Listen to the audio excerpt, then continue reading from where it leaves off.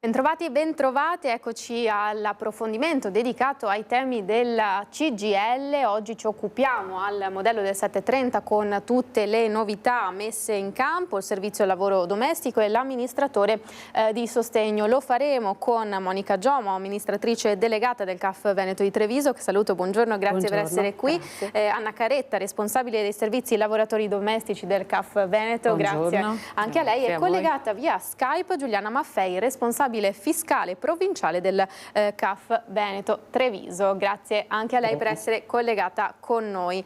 Insomma, come sempre vedete in sovraimpressione sopra di me, eccolo qui il numero con cui potete contattarci per qualsiasi dubbio o chiarimento. Ovviamente siamo qua per aiutarvi, il numero è 0422 16 28 33 2, rimarrà sempre in sovraimpressione, potete chiamare in qualsiasi momento, vi contatterete la regia e poi sarete messi in diretta per parlare proprio con noi. E dunque iniziamo a parlare, Monica. Insomma, è periodo di dichiarazioni di redditi, ma si parla anche dell'ISEE che comunque mette sempre un po' in difficoltà le famiglie al momento del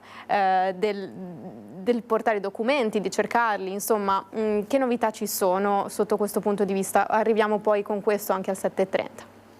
Allora sì, è periodo per noi centri di assistenza fiscale, sicuramente i primi mesi dell'anno ci vedono coinvolti in quella che è l'attività principale, appunto che è la compilazione, quindi il rinnovo di quelle che sono le DSU, quindi quel modello di dichiarazione che di fatto consente al nucleo familiare di poter ottenere quel famoso valore che si chiama indicatore della situazione economica equivalente, ISEE, che ci permette di poter ottenere benefici, sconti in fattura, agevolazioni anche per i figli, per i trasporti, insomma una molteplicità, ecco, di benefici che è bene in qualche misura conoscere. Il nostro servizio è quello chiaramente di dare assistenza a tutti coloro che ne hanno bisogno. Il servizio è gratuito, sicuramente la prima volta, quindi la compilazione della prima DSU in assoluto, poi però si è dovuti purtroppo chiedere un contributo a carico del cittadino perché il lavoro degli intermediari non viene in qualche misura ricoperto da quello che è il contributo ministeriale che viene messo a disposizione, quindi c'è una compartecipazione del cittadino, però solo nel momento in cui l'ISEE durante il corso dell'anno magari si è costretti a modificarlo e per alcune tipologie di modifica. Diciamo che in questi primi mesi dell'anno si è sentito parlare di titoli di Stato, di esclusione di una certa somma pari a 50.000 euro appunto nel calcolo dell'ISEE. Allora a che punto siamo? In realtà siamo ancora in attesa di avere la pubblicazione, diciamo, e quindi la chiusura di quello che è il provvedimento normativo e dal quale poi, da quella data in poi, si può effettivamente andare a elaborare la nuova DSU andando ad escludere questa somma dei titoli di Stato. Quindi avremo modo sicuramente di informare i cittadini e lo sentiremo chiaramente anche attraverso, volevo dire, vari canali di informazione quando decorre questa tempistica dalla quale anche gli intermediari potranno naturalmente operare.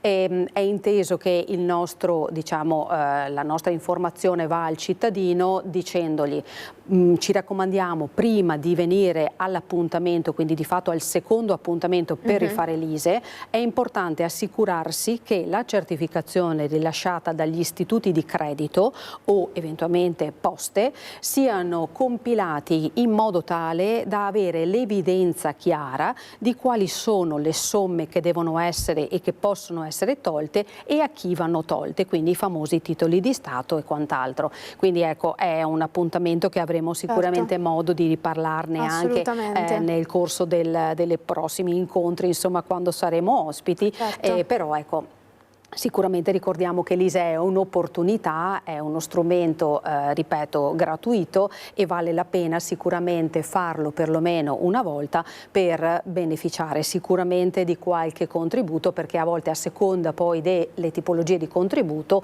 o di sconto i limiti ISEE sono più o meno elevati, Certo. insomma, quindi andiamo da 8.000 euro, 15, 40.000 come l'assegno unico, quindi il nostro impegno è anche quello di informare anche attraverso la nostra pagina del sito www.cgltreviso.it. Lo facciamo anche vedere, sì, Monica. Grazie, cerchiamo appunto di creare dei contenitori, dei cassettini dedicati appunto ai nostri servizi con delle informazioni utili per tutti i cittadini, quindi chiunque, insomma, che sia da smartphone piuttosto che da PC può accedervi e leggere, insomma, le informazioni, e faremo in modo di tenervi aggiornati anche sull'entrata in vigore appunto di questa novità, che sicuramente potrà portare beneficio a alcuni nuclei familiari che appunto si trovano ad avere in possesso queste somme. Assolutamente, CAF quindi impegnati per ISEE, ma non solo, si avvicina anche il momento del 7.30, insomma la dichiarazione dei redditi. Come state gestendo questo periodo, anche in vista, insomma, immagino, delle numerose domande che stanno arrivando già adesso? Sì, anche siamo prossimi, ormai le annualità sono molto, diciamo, frenetiche, perché non c'è più di fatto un periodo limitato che ci vede impegnati. Adesso inizieremo appunto da metà di aprile fino a fine settembre a compilare i modelli 730 e quindi a dare servizio alla cittadinanza sotto questo fronte. Contemporaneamente proseguiremo le nostre consuete attività, chiaramente relative all'ISEE, a tutti gli altri servizi di cui appunto anche con Anna poi parleremo, e naturalmente anche per la compilazione, per chi non può utilizzare il modello 730, del modello redditi persone fisiche, sia fisiche ma anche titolari di partita IVA. Abbiamo un ufficio specializzato che segue appunto tutti coloro i quali hanno o devono aprire partita IVA o hanno necessità, insomma, di avere informazioni per la tenuta della contabilità, e quindi insomma siamo a tutto tondo.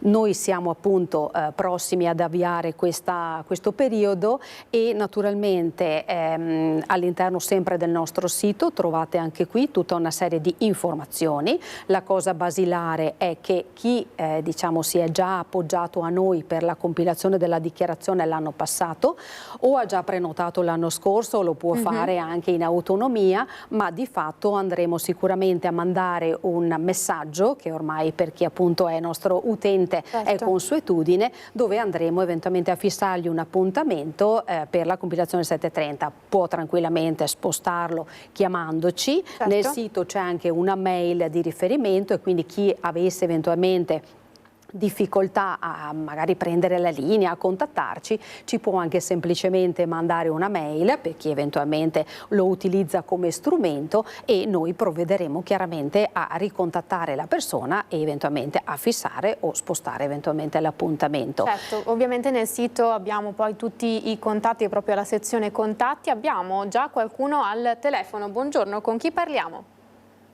Sono Marisa, chiamo da Conegliano. Buongiorno Marisa, ci dica. Volevo chiedere alla signora Giomo se per chi ha già fatto la DSU e quindi sono stati inseriti i titoli di Stato e la deve rifare, deve pagare poi l'eventuale contributo come fosse una seconda DSU, oppure c'è un intervento da parte dell'INPS o di chi che sia? Allora noi grazie a lei, molto gentile per la domanda, sì, perché è un punto sicuramente su cui anche il CAF CGIL a livello nazionale sta cercando appunto di porre l'attenzione con l'INPS. C'è un fondo messo a disposizione da parte dell'INPS per di fatto contribuire al pagamento di tutta l'attività che i centri di assistenza fiscale fanno appunto come prima compilazione della dichiarazione. Stiamo lavorando e quindi stiamo in qualche misura premendo affinché questo fondo naturalmente venga ampliato in modo tale che il cittadino non debba naturalmente pagare la DSU che chiede di rifare per appunto andare ad estrarre i titoli di Stato. Ad oggi l'INPS ha detto che probabilmente andrà ad ampliare questo fondo, queste risorse, però non sono in grado di darle totale certezza, perché ancora ad oggi non abbiamo la norma scritta che conferma questo. Quindi se faremo in modo di aggiornare naturalmente non appena siamo nella condizione, quando verrà pubblicato la scadenza dei 30 giorni e quindi andrà in vigore la possibilità di andare a redigere questa nuova DSU, dovremo sapere anche noi chiaramente se l'INPS copartecipa alla spesa e quindi copre di fatto l'attività dei centri di assistenza fiscale, non impattando su quello che è il servizio che offriamo ai cittadini, e quindi non servirà a pagare un'eventuale fattura a compenso. Però Perfetto. oggi non lo sappiamo con certezza. Quindi rimaniamo in attesa. Esatto. Rimaniamo in attesa. In caso di eventuali comunicazioni, dove possiamo, rispetto a questa cosa, dove possiamo... Allora, sicuramente faremo in modo di aggiornare il nostro Ok. sito, e attraverso insomma i veicoli di informazione faremo Certo. delle news, o approfitteremo anche dello spazio chiaramente Perfetto. di Antenna 3 sicuramente per darne comunicazione, perché insomma da aprile siamo certi che saremo nella condizione di rifare queste DSU togliendo questi titoli di Stato, però la data ancora non ce l'abbiamo, quindi insomma faremo in modo di informare quanto prima appena abbiamo notizie. Ottimo. Giuliana Maffei, responsabile fiscale provinciale CAF Veneto Treviso. Passo a lei perché insomma continuiamo a parlare di 730. Volevo chiederle quali sono i soggetti, quali sono le persone che possono presentare il modello, anche per far capire a casa se si rientra o no in queste categorie. Buongiorno. Buongiorno. Diciamo che negli anni il 730 ha avuto un ampliamento notevole per quanto riguarda la propria platea. Allora, il 730 è nato come un modello dichiarativo per pensionati e per dipendenti. E negli anni, però, soprattutto negli ultimi anni, c'è stato un notevole ampliamento di questa platea e di questa platea. Scusate, ma sento un ritorno. C'è un ritorno. Se vuole proviamo a sistemare con la regia. Sì, scusi, ma perché sento la mia voce, forse provo a togliere le cuffie. Mi scusi. Sì, proviamo. Ecco. Intanto... Bene. Ok. Ok. Sente ancora il ritorno o siamo collegati? No, adesso non sento più. Perfetto. Okay. Insomma, soggetti che possono presentare il modello 730, sì. Ci diceva che negli anni si sono ampliate insomma, le categorie. No, si è ampliata notevolmente la platea dei soggetti che possono utilizzare questa dichiarazione dei redditi. E soprattutto negli ultimi anni c'è stata l'apertura, come dicevo prima, da dipendenti a pensionati, si è aperta la platea anche ai soggetti cosiddetti senza sostituto, che sono quei soggetti che al momento della presentazione della dichiarazione dei redditi non hanno effettivamente un datore di lavoro. Questa nuova apertura ha portato a far confluire notevoli soggetti a questo modello, che si differenzia notevolmente dal modello redditi persone fisiche. Quest'anno e il prossimo anno si dovrebbe evolvere ulteriormente in questa apertura, rientrano come soggetti che possono utilizzare il modello 730 quasi tutti i soggetti non possessori di partita IVA. Quindi rientrano all'interno di questa dichiarazione dei redditi, che nasce come dichiarazione dei redditi semplificata. Rientrano i soggetti, può essere anche un soggetto che ha solo patrimoni immobiliari, tipo terreni fabbricati, soggetti che hanno redditi a imposta sostitutiva o a tassazione separata, soggetti che svolgono un lavoro autonomo senza partita IVA. E quindi questa apertura, oltre ad aprire la platea, fa sì che i soggetti che devono presentare la dichiarazione dei redditi abbiano dei conguagli più celeri, perché di fatto è questa la notevole differenza rispetto al modello redditi persone fisiche. Cosa vuol dire? Che se ad esempio io sono un cittadino che presenta la dichiarazione dei redditi modello 730 e ho un credito di 500 euro sono un dipendente o un pensionato, quindi ho un sostituto che mi può tornare indietro questi soldi, avrò il mio conguaglio nella prima dichiarazione utile, che può andare da giugno fino a settembre-ottobre, ok? Se invece io, stesso cittadino, presento un modello redditi persone fisiche, se ho un credito di 500 euro lo avrò fra 2 anni, ok? Perché la che viene utilizzata per il modello redditi persone fisiche è molto più lunga che non le tempistiche che vengono utilizzate per il conguaglio del modello 70. Per quanto riguarda le dichiarazioni a debito, le tempistiche sono più o meno le stesse, perché se io presento un modello redditi persone fisiche devo andare a pagare un modello F24 imposto in banca, e più o meno è la stessa cosa col modello 730. Se ho un esito a debito di una dichiarazione modello 730 mi verrà conguagliato nella prima dichiarazione utile se ho un sostituto d'imposta. Diversamente, se non ho un sostituto d'imposta, il pagamento di queste imposte ha le stesse modalità del modello redditi. Quindi andrò col mio modello F24 che mi viene come si dice, prodotto dall'operatore del CAF, e vado in posta in banca per pagare le mie imposte. Un'altra differenza importante fra il modello 730 e il modello redditi è che il modello 730 quasi tutto quello che viene riportato in questa dichiarazione è soggetto al cosiddetto visto di conformità. Cosa vuol dire? Che l'operatore del CAF su quasi tutto quello che viene inserito nel modello 730 deve fare dei controlli preventivi importanti.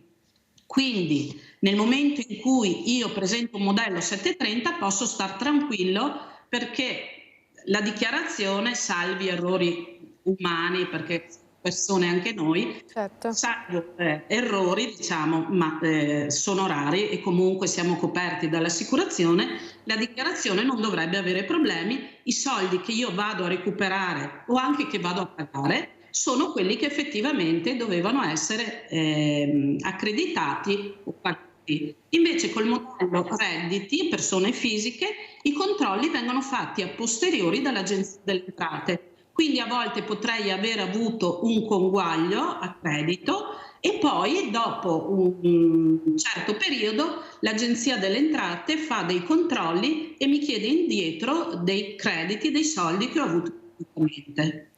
Fanno parte di questa platea di cui ci stava parlando anche i soggetti titolari di invalidità? Sì, allora fanno parte di questa platea anche questi soggetti. Ci sono alcuni soggetti che sono portatori di handicap, disabili, che hanno però delle pensioni non imponibili e quindi non possono di fatto presentare la dichiarazione dei redditi, perché non hanno un reddito che gli permetta di presentare la dichiarazione e di poter detrarre o dedurre le eventuali spese che vengono sostenute. È vero però che se questi soggetti dovessero sostenere degli oneri delle spese, c'è la possibilità per alcune spese che queste spese vengano portate in detrazione o deduzione anche da altri soggetti, Okay. ad esempio chi li ha fiscalmente a carico piuttosto che no. Ci sono tutta una serie di detrazioni e deduzioni per soggetti con disabilità che permettono a questi soggetti anche di recuperare ingenti crediti, come ad esempio l'acquisto dell'auto disabili. E con questo, se un soggetto con disabilità acquista un'automobile, può portarsi in detrazione la spesa dell'acquisto dell'auto fino a un importo di 18.070 euro, e su questi soldi spesi per l'acquisto dell'auto può recuperarsi il 19% della spesa anche in 4 rate. E questa è una spesa detraibile. Su questa spesa io recupero il 19%. Questa spesa io posso recuperare la detrazione anche per familiari fiscalmente a carico. Okay. Per quanto riguarda, poi c'è un'altra spesa che è come si dice, frequente, ok, frequente, e qua sono veramente rimborsi elevati anche a fronte di spese elevate, che sono le spese di assistenza specifica per i soggetti ricoverati in istituto di cura. Okay. Di solito è la cosiddetta casa di riposo, e qua le spese sono veramente, veramente alte, e questo è un onere deducibile. Cosa vuol dire? Che recupero più soldi, non è una detrazione fissa come quella che dicevo dell'auto del 19%, ma va in base all'aliquota IRPEF che mi viene applicata sul reddito. Può essere 35, dipende dall'aliquota che mi viene applicata sul reddito. Chiaro. Passerei ad Anna Caretta, responsabile dei servizi lavoratori domestici, perché poi anche in quanto amministratori poi di sostegno passeremo poi anche all'argomento, anche i soggetti di cui ci diamo del tu, certo. ti occupi tu, possono presentare la dichiarazione? Sì, allora i soggetti di cui io mi occupo andiamo dal datore di lavoro, della badante, certo, che spesso è appunto per l'assistenza di una persona non autosufficiente, e quindi qua farei il collegamento anche a quello che ha appena detto la collega Giuliana per il recupero delle spese di assistenza. Certo. Il datore di lavoro che assume una badante per assistere o se stesso perché invalido o un familiare invalido riesce a recuperare il 19% su 2.100 euro. Questi 2.100 euro sono le buste paga, certo, della badante, e spesso insomma ci limitiamo soltanto purtroppo a 2 buste paga, soprattutto per una badante convivente dove una busta paga è di circa 1.100 euro, recupera il 19%. Il limite però per poter recuperare questa spesa anzi sono 3. Il datore di lavoro non deve avere un reddito complessivo superiore ai 40.000 euro, e per reddito complessivo si intende sia quello da pensione o da lavoro più altri redditi, tra cui anche gli immobili, anche l'abitazione. Deve pagare almeno questi 2.100 euro in modo tracciato. I lavoratori domestici sono gli unici lavoratori che possono essere pagati anche in contanti, ma il requisito per poter recuperare questa spesa è quello di avere la tracciabilità del pagamento delle buste paga per questi 2.100 euro e avere una certificazione medica che attesti che la persona da assistere ha la necessità di assistenza. Quindi il datore di lavoro recupera questa spesa, può dedurre i contributi INPS a carico suo fino ad un massimo di 1.549 euro e dall'altra parte, mi aggancio ancora alle dichiarazioni dei redditi, abbiamo il lavoratore che percependo un reddito diventa un normale lavoratore dipendente con un'unica sostanziale differenza che il datore di lavoro privato non è sostituto d'imposta, e quindi rientriamo in quella casistica di persone che pur non avendo un sostituto d'imposta, cioè una persona che può conguagliare il tuo debito, il tuo credito attraverso una busta paga, come può essere l'INPS per i pensionati, un'azienda per i lavoratori dipendenti, la persona fisica non può sostituirsi all'Agenzia delle Entrate, diciamo allo Stato, per conguagliare le tasse che dovrebbe pagare la badante. Quindi la badante che riceve un CUD, che non è il CUD redatto sul modello ministeriale come per tutti i lavoratori dipendenti, ma è una certificazione dei compensi che riporta esattamente tutti i dati necessari per poter fare la dichiarazione dei redditi, potrà elaborare il 7,30. Preciso per chiarezza che nel 7,30 l'unica cosa che il lavoratore domestico non può indicare è il TFR se viene percepito mensilmente. Siccome spesso i lavoratori domestici chiedono l'anticipo sia del TFR che della 13ª, La lavoratrice può presentare il 7,30 per la 13ª e per le paghe, perché rientra a tassazione ordinaria e quindi ha il corso di un normale reddito, mentre la quota che riceve annualmente di TFR, avendo una tassazione separata, deve essere indicata in un apposito quadro del modello redditi. Quindi la lavoratrice o presenta direttamente il modello redditi oppure deve presentare prima il 7,30 e dopo compilare il quadro dell'altra dichiarazione, che è il modello redditi per persone fisiche. Entreremo più nel dettaglio tra pochissimo, abbiamo la pubblicità, qualche minuto e torniamo da voi.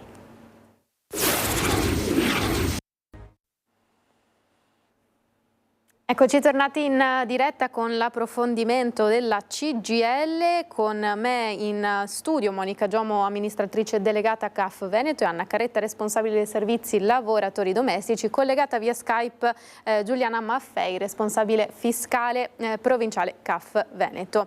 Dunque stavamo parlando insomma delle novità su 730, la platea di chi ha diritto di presentarlo, siamo passati poi a parlare insomma della questione delle badanti e di come si può detrarre anche parte dello stipendio.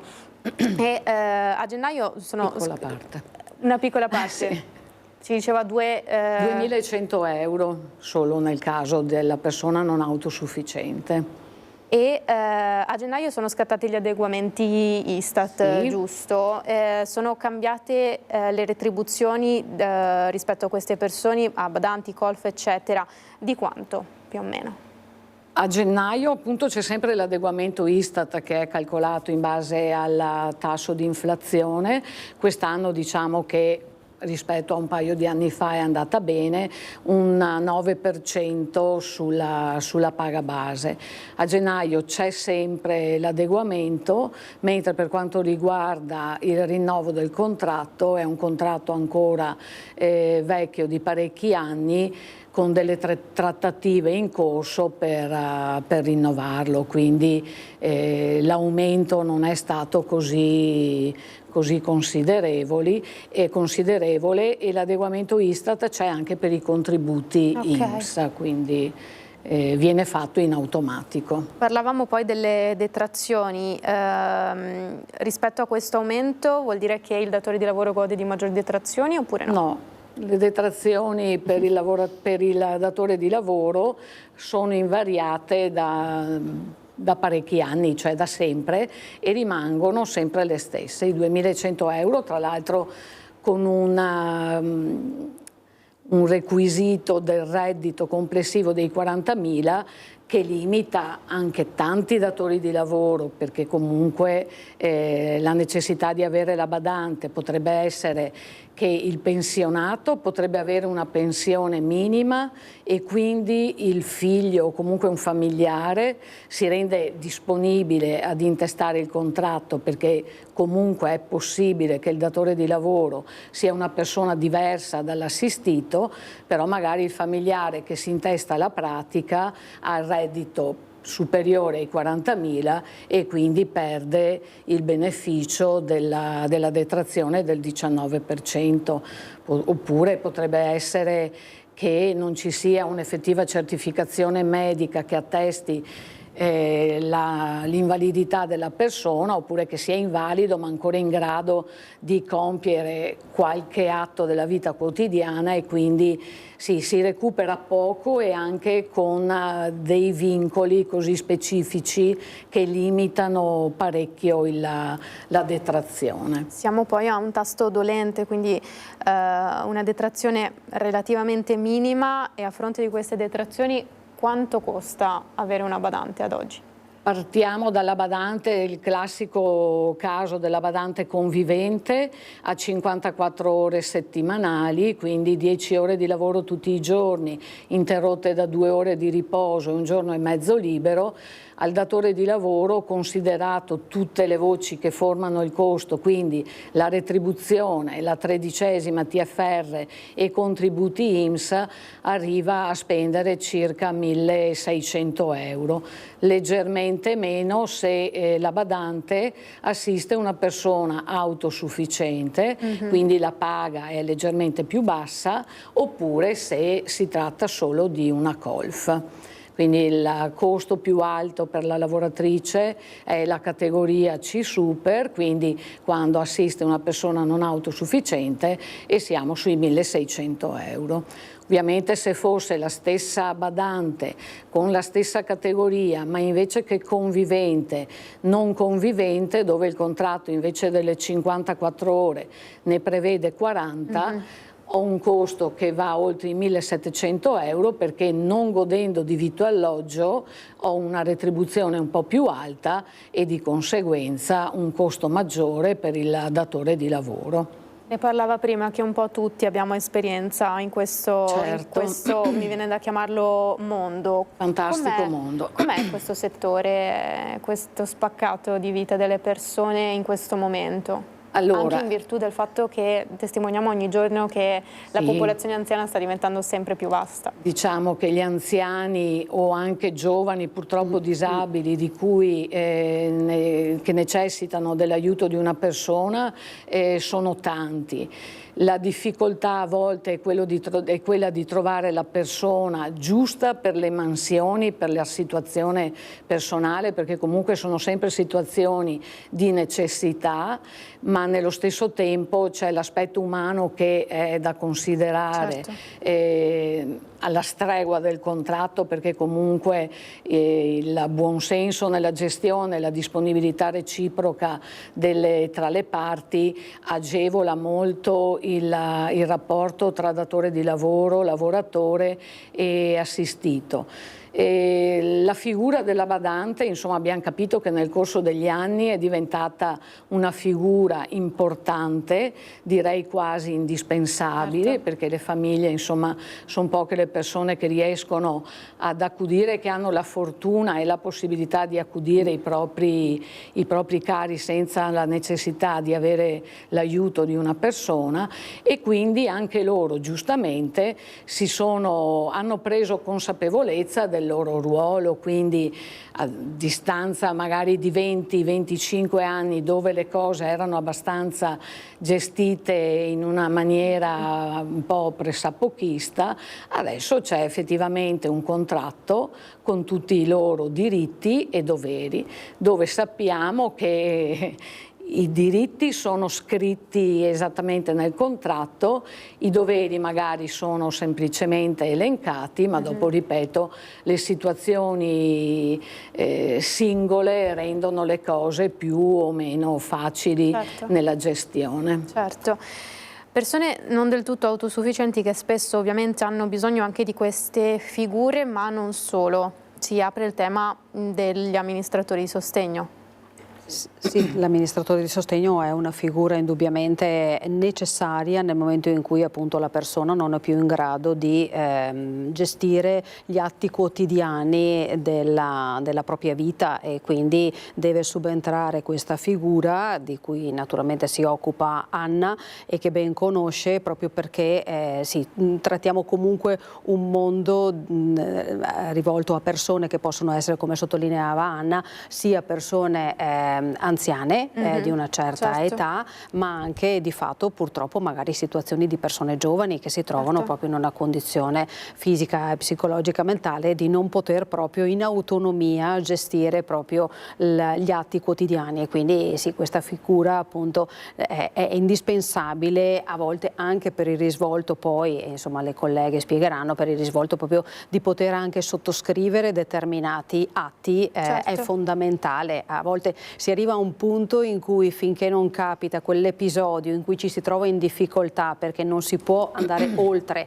a gestire una pratica, perché la persona magari non è più in grado di apporre la firma, certo, fino a quel momento si è fatto, ok, però inevitabilmente si arriva a un punto in cui l'amministratore di sostegno è quella figura che per forza di cose deve essere, insomma, nominata, e Anna appunto si occupa di tutto quell'iter che necessita appunto per poterla nominare. Esatto. Com'è che viene nominato infatti, e quando le famiglie possono farne richiesta? Immagino che siano le famiglie ovviamente a Sì, la richiesta viene sostanzialmente sempre fatta da un familiare, anche perché comunque uno dei requisiti è avere un grado di parentela entro un certo limite per poterne fare la richiesta, a meno che non venga fatta da un assistente sociale, che potrebbe essere anche quello il caso. Ok, Quando la nel caso di persone sole, immagino. Sì, sì. E anche la persona stessa può chiedere la nomina per se stesso qualora abbia una certa autonomia per poterlo fare, perché ricordiamo che la figura dell'amministratore di sostegno, così importante per aiutare le persone in situazioni di difficoltà nella perdita dell'autonomia o comunque, anche se non del tutto non autosufficienti, parzialmente non autosufficienti, possono eventualmente chiedere la nomina per se stessi. È una figura che viene consigliata sempre dalle case di riposo, dagli assistenti sociali, ma quando le persone vengono in ufficio da me che sono un po' spaventati da prendersi questo incarico o comunque iniziare la procedura. È una pratica molto semplice in realtà, perché quando si chiede la nomina, l'amministratore di sostegno è quella figura che si affianca alla persona con il compito di tutelare la persona, il patrimonio della persona, ma di lasciare anche il più possibile, qualora ci sia, l'autonomia a questa persona. Alcune persone potrebbero essere perfettamente in grado di gestire le loro cose, di venire a fare il 730, firmarlo, ma magari hanno dei problemi a gestire il loro patrimonio e quindi là interviene l'amministratore di sostegno che deve tutelare anche il patrimonio della persona. Quindi non è una pratica difficile, è semplice, si fa un ricorso al tribunale, un giudice prende in mano la questione, farà un'udienza per vedere la persona per cui si chiede l'amministratore di sostegno e farà fare il giuramento al familiare, quasi sempre familiare, che si è proposto come amministratore di sostegno. Se nessun familiare si prende l'incarico, ovviamente l'amministratore di sostegno viene nominato dal giudice. Abbiamo una persona al telefono, buongiorno, con chi parliamo? Pronto? Buongiorno. Sì, è in linea, buongiorno. Sono Giorgio da Bolzano. Buongiorno. Ascolti, ho sentito la vostra ospite dell'amministratore di sostegno. Io le racconto la mia esperienza. Io denuncio, una parola un po' grossa, però intrallazzi, diciamolo così, un modo di gestire l'amministratore di sostegno tra i servizi sociali, il tribunale, in maniera di tipo quasi mafioso, ossia si danno si appoggiano a vicenda, escludendo, nel mio caso, la famiglia, e con motivazioni piuttosto aleatorie. Questa è la mia realtà. Ci sono su Facebook anche dei gruppi associati contro gli amministratori di sostegno infedeli o che comunque non fanno certo gli interessi dell'assistito. La legge, se ben ricordo, qui il suo ospite può anche rispondere, può anche replicare, la legge prevede che l'amministratore di sostegno sia uno dei parenti stretti oppure di secondo grado, mentre in realtà, le parlo della mia esperienza, il giudice nomina subito l'avvocato XY, e questo indipendentemente dalla richiesta della famiglia. Questa è la mia esperienza. Allora, innanzitutto grazie per la domanda, poi come ovviamente ha detto lei, la legge che fa poi la norma che va rispettata, e se qualcosa non dovesse essere andato a buon fine ovviamente si tratterà nelle sedi opportune, però proviamo magari a rispondere su questo universo. Lei prima ci davamo del tu, ci dicevi insomma. No, capisco la recriminazione del signor Giorgio, può essere anche un caso frequente. In realtà sarei più fiduciosa di lei nel cercare di trovare dove sta il problema. E la richiesta dell'amministratore di sostegno viene quasi sempre, come dicevo prima, proposta ai familiari per aiutare la persona, perché la persona che non è del tutto in grado o completamente non autosufficiente nel fare i propri interessi, perché sostanzialmente è anche una questione di tutelarsi sotto ogni punto di vista, ma anche di tutelare il patrimonio. Succede spesso che nelle famiglie, e questo è il dato più triste che riscontrerei in tutte queste situazioni, ci siano delle questioni familiari e delle incomprensioni, semplicemente anche tra fratelli o comunque tra figli e genitori, dove uno di questi prende l'iniziativa di nominare un amministratore di sostegno pensando di risolvere queste questioni familiari. In realtà la nomina dell'amministratore di sostegno esula da queste questioni familiari che devono semmai essere risolte in altri modi e senza coinvolgere la persona invalida. E forse, dico forse perché la mia competenza è forse anche limitata, il consiglio della nomina di un amministratore di sostegno estraneo alla famiglia è proprio perché ci sia una gestione il più oggettiva e imparziale possibile, perché un familiare potrebbe comunque per affetto cadere in tentazione, ma che la tentazione potrebbe essere semplicemente quella di assecondare magari delle richieste che non sono le migliori per l'interesse della persona da tutelare, però nei sentimenti comunque c'è sempre qualche debolezza. Il discorso della mafia, come ha detto lei, forse lei la intende così proprio perché c'è questa necessità da parte delle strutture e delle istituzioni di avere una figura di riferimento a cui rivolgersi quando ci sono delle necessità, ma la necessità può essere anche solo quella di sottoporre la persona a una cura medica, a un'operazione dove magari la persona potrebbe anche non essere d'accordo, ma il ruolo dell'amministratore di sostegno è anche quello di potersi imporre qualora la decisione sia comunque più favorevole alla persona. Sicuramente ci saranno dei casi come il suo, dove si è sentito magari escluso dalla condivisione di tutta la procedura, però credo che deve vederla appunto nell'ottica di una tutela maggiore per la persona più fragile.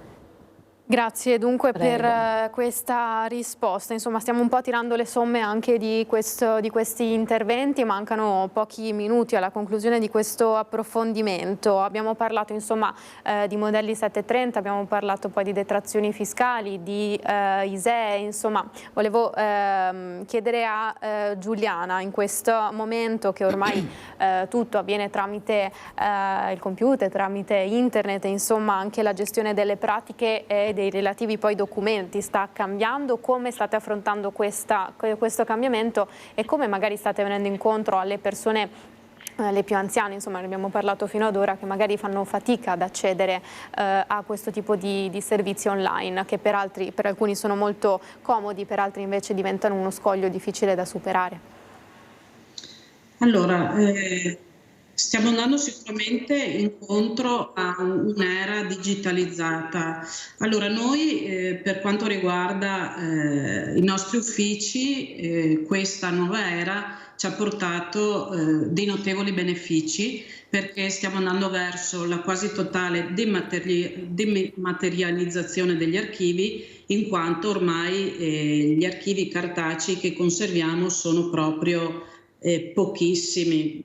Credo che, senza sbagliare, ormai noi più del 95% delle pratiche le conserviamo informaticamente, quindi non utilizziamo praticamente la carta per conservare queste pratiche, e questo diciamo che non è una cosa da poco, è una cosa molto positiva sia a livello di impatto ecologico come spazi, e perché è più comoda la conservazione sostitutiva rispetto a quella cartacea. Per quanto riguarda l'utenza, questa gestione informatizzata, diciamo che a noi crea qualche problema. Perché? Perché nel momento in cui il cittadino si reca per l'appuntamento prefissato per l'elaborazione della sua dichiarazione, che può essere il 7.30 piuttosto che altre pratiche, ma in questo momento soffermiamoci principalmente per quel che riguarda il 7.30, ci risultano notevoli problemi a livello innanzitutto di tempo, perché nel partire già la CU, nel momento in cui andiamo a chiedere la CU al cittadino, la va a cercare con lo smartphone, nel portale, ci mette tempo, poi ce la deve girare, noi la dobbiamo stampare e i tempi si allungano. Può essere lo stesso per le spese del mutuo, deve entrare nel sito della banca, piuttosto che le spese scolastiche. E noi tutta questa documentazione la dobbiamo conservare, scansionare e conservare. Quindi un minimo di cartaceo il cittadino lo deve avere. Premessa importante, perché a volte qualcuno brontola, dice ma non è giusto, non va bene sprecare carta. Potrebbe essere uno che io cambio banca e quindi non posso più accedere ai miei documenti perché mi viene disabilitata l'utenza. Due, che cambio lavoro, quindi non posso più stampare la CU. Mio figlio non va più in quella scuola perché magari è andato alle elementari, poi alle medie, quindi è opportuno avere una copia cartacea di questi documenti. Per quanto riguarda i pensionati, i soggetti un po' più fragili, diciamo che sono molto bravi anche loro con lo smartphone e il tablet, però noi diamo un servizio e nel momento in cui vengono nei nostri uffici per elaborare il modello 730, o può essere anche per l'ISEE, noi gli scarichiamo direttamente dal portale dell'INPS la certificazione unica, la CU, che può essere utilizzata per fare la dichiarazione dei redditi piuttosto che per elaborare il modello ISEE. Certo, il consiglio quindi resta sempre quello di contattare gli uffici, che ci sarà sempre qualcuno pronto ad ascoltarvi ed aiutarvi. Io ringrazio Monica Giomo, amministratrice delegata CAF Veneto, Giuliana Maffei, responsabile fiscale provinciale CAF Veneto, e Anna Caretta, responsabile dei servizi lavoratori domestici. Avevamo molto altro di cui parlare, lo faremo in un altro momento, in un altro approfondimento. Intanto grazie per essere stati con noi fino a qui, a tutti l'augurio di una buona giornata. Arrivederci.